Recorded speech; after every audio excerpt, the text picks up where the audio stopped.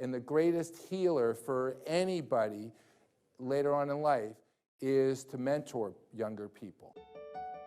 And I find this all the time. I sit down with business owners all the time, and they always give me unsolicited advice because they want to share their knowledge, and it's really important.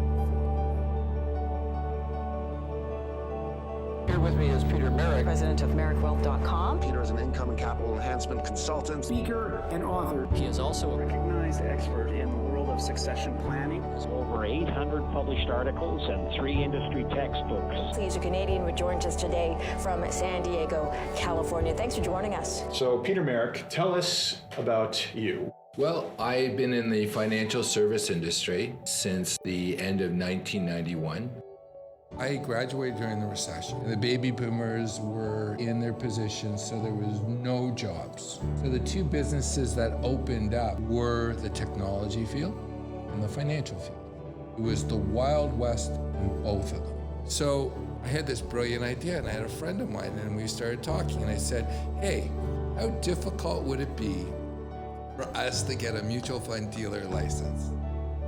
Not difficult enough. Thank God for those 10 years, the market just went up. I would sit down and I would take somebody's entire life savings that they spent 15, 20 years accumulating it, this young kid who knew nothing about nothing, and I would go and just invest it, and luckily it went up because the markets were crazy in the 90s. It was a boom time. But in 2004, my life blew up. I almost went bankrupt, but I was very fortunate because there were very few CFPs at the time, but every university in Canada wanted to offer the CFP program, so I got recruited as a prof. And it was great. I was reading all the textbooks. I would call all the big publishers. And what I came to the conclusion was the succession planning was missing. One of the issues is there was very little talking beyond the accumulation stage. Like, how do you have a healthy life after you've done that? I also looked at demographics. At the turn of the 20th century, the average life expectancy in the West and North America was 43 years old. And people are dying at 83. No one ever lived to 83. Well, so I always say that there's two financial plans. There's the financial one that we work on, and there's what you get to do with all your time and that energy once you're done. And with this thing that they've been racing towards, they've hit it.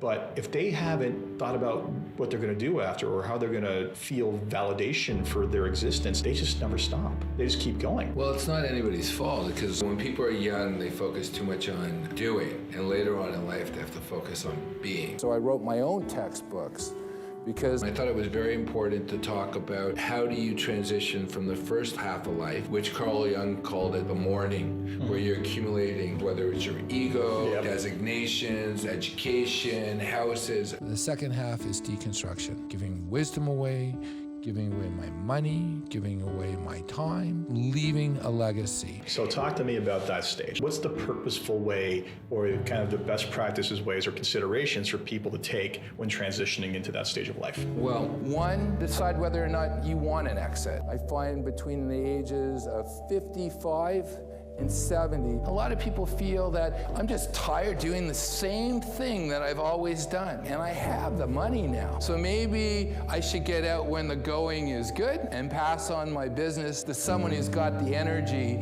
to navigate it. Number two, who are you going to sell your business to? There's one issue about selling it to a family member or an employee. What happens after you sell it? Things don't go right. A lot of business owners want to sell their business because they just want to wash their hands. But by selling it to someone you know, you're not getting out of your business. The best is to sell to a third-party purchaser. The last one is after they make that transition from being a business owner, building a nest egg for themselves to have choice, they don't know what they're going to do.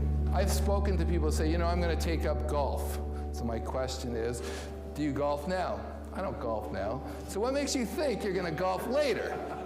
I just want to share with you guys a story. There was a gentleman, his name was Bob Hunter. He was quite a celebrity. He started Greenpeace during the height of my blow-up when I was going through business laws. He was bringing me on national television. And you know what he was doing? He was saying, so Peter, don't you do that? And then he would give my phone number and he would give my web address. The reason why it went by merrickwealth.com, because it was almost like a phone number that would run across the television, and I could actually see myself making money off of it. And he was dying. He had prostate cancer. And he turned to me and said, Peter, one day you will be in a position that you'll help someone else. And let me share with you about the legacy. Bob's been dead for 16 years. And I'm sharing you the legacy of Bob Hunter because he made a difference for me. And if I make a difference in anyone else's life, I'm a product of those people who are willing to do things and they had no expectations. And a true mentor is someone who has no expectations that they're going to see the tree blossom. The reason I wrote The King of Main Street is younger people don't know how to find the right mentors, and older people have this need to mentor. It's almost like a biological need because they can see beyond their physical existence. They know that the sun was here before them and it will be after them, and what's going to be left behind that they leave. I would joke, I can't make you money, but I can definitely save you money. What I mean by that is I am a Sherpa. That's someone who would guide someone, help them come down. But I realize the most precious asset they have is not their money. It's their time. What last piece of advice would you like to give our listeners? If you have a business, the most important thing to ask yourself is, why did you get into the business? And it's usually not to create a legacy, it's to create the lifestyle that you want. And at that point, ask yourself, what do you want to do during your last days? The last human freedom is to choose one's own beliefs, one's own way. Everything else you can have taken away from you. But what you believe and how you choose to act in the world, that is yours. And the greatest healer for anybody later on in life is to mentor younger people. And that is going to give you fulfillment emotionally, spiritually, and mentally. You guys have been wonderful, and I want to thank you, and I hope you guys have a great day. Thank you.